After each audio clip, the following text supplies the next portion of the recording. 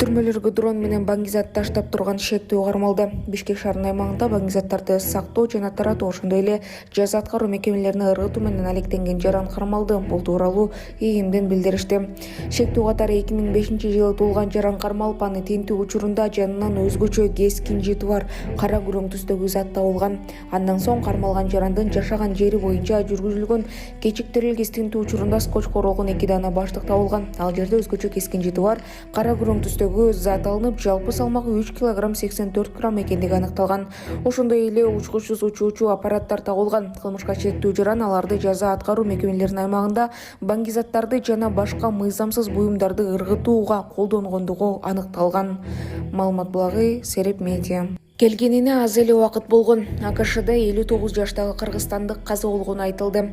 25 март күнү Филадельфия шаарында жашаган кыргызстандык Р каза болду. Бул тууралуу АКШдагы кыргызстандыктар жазып, сөөгүн мекенине жеткирүү үчүн акча топтоп жатышат.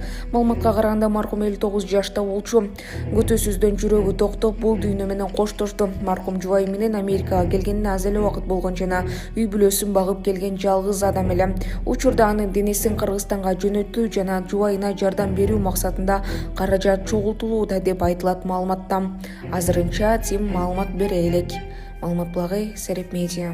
Саламатсыздарбы, урматтуу кыргыз элим. Менин аты жөнүм Токтогулова Атинай. Ушу кызым азыркы учурда катаракта оорусу менен жабыркап келет. Кызымдын операциясына $5000 суммадагы каражат керек болгондуктан мен сиздерге кайрылып жатам. Урматтуу кыргыз эл, сиздер үчүн 50 сом, 100 сом кичине суммадагы акча болсо, мен үчүн аябай чоң суммадагы акча болуп жатат. Кайдыгер карабастан жардам колун суна кетиңиздер, урматтуу кыргыз элим. Реквизиттердин баардыгы өзүмө караштуу. Банк 1920 Атинай Т жана ошондой баланс кылып салам десеңиздер да болот. Россия өлкөсүнөн которум дегендерге Сбербанк бар 3798 Орунбек деп чыгат. Ал өзүмдүн иним, ишеничтүү. Ал азыркы учурда стройкада иштеп жатат.